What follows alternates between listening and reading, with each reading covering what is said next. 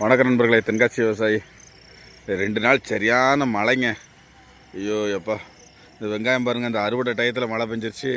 இது பாருங்களேன், அந்த பக்கம் ஃபுல்லாக அந்த இருக்குது பாருங்கள். இதெல்லாம் நேற்று அழுகாமல் இருந்துச்சு, இந்த சைடு ஃபுல்லாக அழுகிருக்கு பாருங்கள். ரொம்ப மனசு கஷ்டமாக இருக்குதுங்க. சரி, இவ்வளோ நாள் பாடு பார்த்து இது கொஞ்சம் ஓரளவுக்கு பரவாயில்ல. இந்த வயலுமே அந்த சென்டர்லலாம் கொஞ்சம் போயிருக்கு. ஆனால் இதெல்லாம் ஓரளவுக்கு தப்பிச்சிடும்னு நினைக்கிறேன். ஏன்னா இதில் தண்ணி வடிஞ்சிருச்சு. இன்றைக்கி வெயில் அடிச்சிருச்சுன்னா இந்த பாருங்க, காலையில் வெயில் வருது. வெயில் அடிச்சிருச்சுன்னா தப்பிச்சிடும். ரொம்ப மனசு கஷ்டமாக இருக்குதுங்க. 60 நாள் கடந்து கஷ்டப்பட்டு வெயிலுக்குள்ளே தண்ணி பாய்ச்சி உரம் போட்டு அது அவ்வளோ தூரம் பாடு பார்த்து இந்த மாதிரி ஒரு இயற்கை பேரழிவுகள் வரும்பொழுது மழை தேவையான நேரத்தில் பெய்ய மாட்டேங்குதுங்க. ரொம்ப மனசுக்கு ரொம்ப பாரமாக இருக்குது. என்ன பண்ணனே தெரில. சரி ரைட்டு, கடவுள் விட்ட வழி. மல்லி செடியெல்லாம் பாருங்களேன் எப்படி நிற்கிதுன்னு பாருங்கள். நல்ல பூ பூத்துருக்கு.